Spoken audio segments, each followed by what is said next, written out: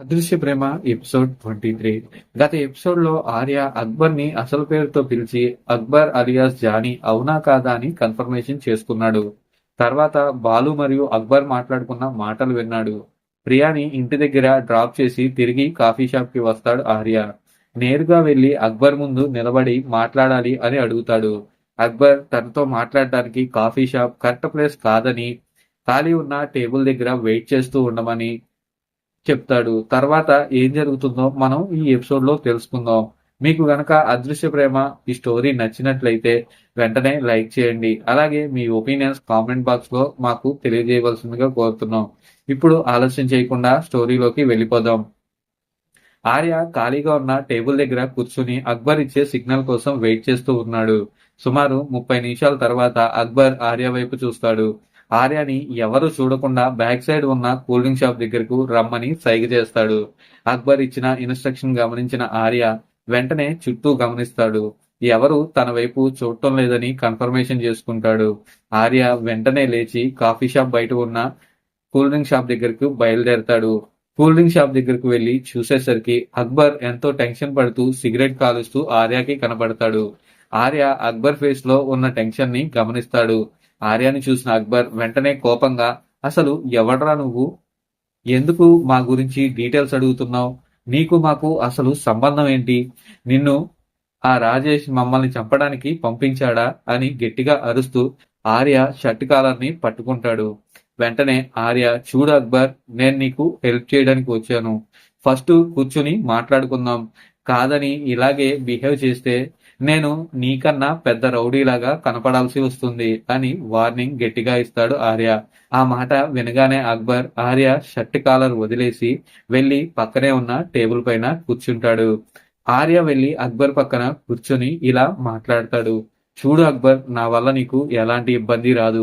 నేను నిన్ను రాజేష్ నుంచి సేవ్ చేయడానికే వచ్చాను. నాకు రాజేష్ గురించి అండ్ ఏవి గ్రూప్స్ గురించి కొన్ని డీటెయిల్స్ కావాలి. నాకు హెల్ప్ చేస్తే రాజేష్ దగ్గర నుంచి నిన్ను సేఫ్ గా బయటకు తీసుకొస్తాను. ఇంకా భవిష్యత్తులో ఆ రాజేష్ గురించి భయపడాల్సిన అవసరం లేకుండా చేస్తాను. నీకు ఎలాంటి భయము లేదు అని చెప్తాడు ఆర్య. ఆర్య మాటలు విన్న అక్బర్ ఇలా సమాధానం ఇస్తాడు. అసలు ఎవరు నువ్వు? నీకు రాజేష్ గురించి ఏం తెలుసని ఇలా మాట్లాడుతున్నావు? అసలు రాజేష్ ఎవరో తెలుసా నీకు? ముంబై పోలీస్ డిపార్ట్మెంట్ కి హెడ్. పైగా సీఎం సపోర్టు తనకి ఫుల్ గా ఉంది. ఏదో కాఫీ షాప్ కి వచ్చి నన్ను బెదిరించినంత ఈజీ అనుకుంటున్నావా? అక్బర్ మాటల్లో బాధను గమనించాడు ఆర్య. చూడు అక్బర్, నువ్విలా మాట్లాడడంలో ఎలాంటి తప్పు లేదు. ఎందుకంటే నువ్వు ఇప్పుడున్న పరిస్థితిలో నీ నీడను కూడా నువ్వు నమ్మలేని స్థితిలో ఉన్నావు. కానీ నా విషయంలో నువ్వు ఎలాంటి సందేహం పడనవసరం లేదు. రాజేష్ పట్వారి నీకు శత్రువులే కావచ్చు, నాకు అంతకు మించి ద్రోహం చేశారు. నాకు నీ అవసరం చాలా ఉంది అక్బర్. కొంచెం సేపు నేను చెప్పింది విను. తర్వాత నువ్వు ఏం మాట్లాడినా నేనేమి నిన్ను ఇబ్బంది పెట్టను. అక్బర్ ఆర్య మాటలకు కొంచెం కన్విన్స్ అవుతాడు. సరే వింటాను, చెప్పు. అసలు నీకు పట్వారి మరియు రాజేష్ కి ఉన్న సంబంధం ఏంటి అని అడుగుతాడు అక్బర్. ఆర్య తన గతాన్ని చెప్పటం మొదలు పెడతాడు. నా పేరు ఆర్య అని తన గతాన్ని ప్రారంభిస్తాడు. అక్బర్ కు తన గతాన్ని వివరించటం మొదలు పెట్టాడు. ఆర్య తండ్రి అమర్ మరియు అతని స్నేహితుడు విశ్వ గురించి అక్బర్ కి చెప్పాడు. ఆర్య సింగపూర్ లో బ్లాక్ డ్రాగన్ గా ఉన్న విషయం తప్ప మిగిలిన ప్రతి ఒక్క విషయం అక్బర్ కి చెప్తాడు. పట్వారి మరియు రాజేష్ కలిసి అమర్ విశ్వాలకు చేసిన ద్రోహం గురించి ప్రతి విషయం అక్బర్ కి వివరించాడు. నమ్మించి బెస్ట్ ఫ్రెండ్ లా ఉండి చివరికి ఇద్దరిని రాజేష్ మరియు పట్వారీ కలిసి చంపేశారని ఆర్య చెప్పేసరికి అక్బర్ ఆశ్చర్యపోయాడు. ఆర్య చెప్పేది వింటుంటే అక్బర్ కళ్ళలో ఏదో తెలియని బాధ కనిపించింది. ఆర్య మాటల్లో నిజాయితీ, కోపం అతన్ని కదిలించాయి. ఇతను చెప్పేవన్నీ నిజమేనా అని అక్బర్ మనసులో అనుకుంటున్నాడు.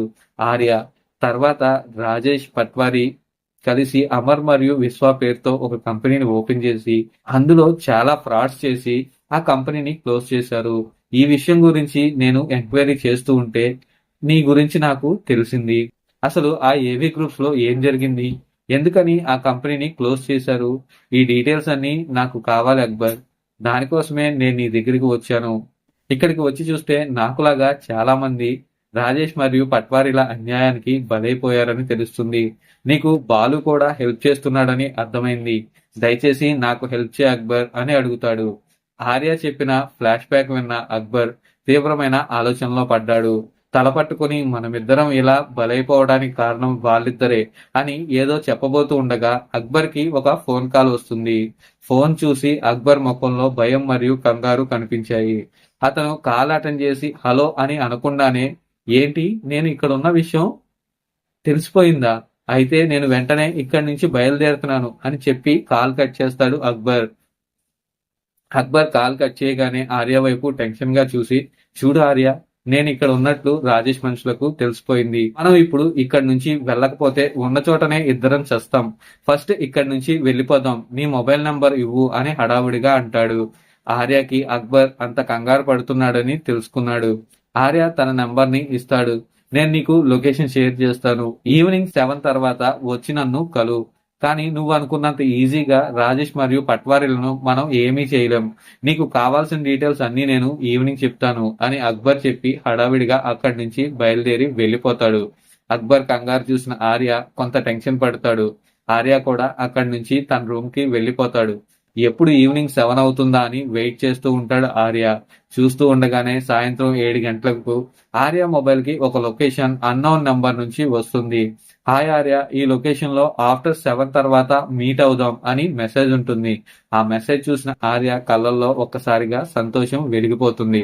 అక్బర్ ఇంకా భయపడుతున్నాడని, తన ప్రాణాలను పణంగా పెట్టి తనతో కలవడానికి ఒప్పుకున్నాడని ఆర్యకి తెలుస్తుంది. ఆర్యకు అక్బర్ పైన ఉన్న నమ్మకం పెరుగుతుంది. రాజేష్ ను ఎదిరించడానికి తనతో పాటు అక్బర్ కూడా ఉన్నాడని ఆర్యకి అనిపిస్తుంది. ఆర్య వెంటనే బయలుదేరి లొకేషన్ కి చేరుకుంటాడు.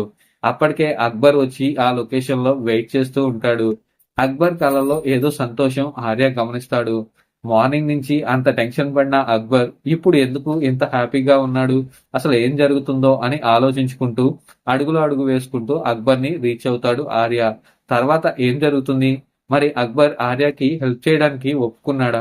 ఏవి గ్రూప్ లో జరిగిన ఫ్రాడ్స్ గురించి ఆర్యకి చెప్పాడా? ఇలాంటి ఇంట్రెస్టింగ్ విషయాలు తెలుసుకోవాలంటే మనం నెక్స్ట్ ఎపిసోడ్ కోసం వెయిట్ చేయాల్సిందే. మీకు గనక ఈ వీడియో నచ్చినట్లయితే తప్పకుండా లైక్ చేయండి.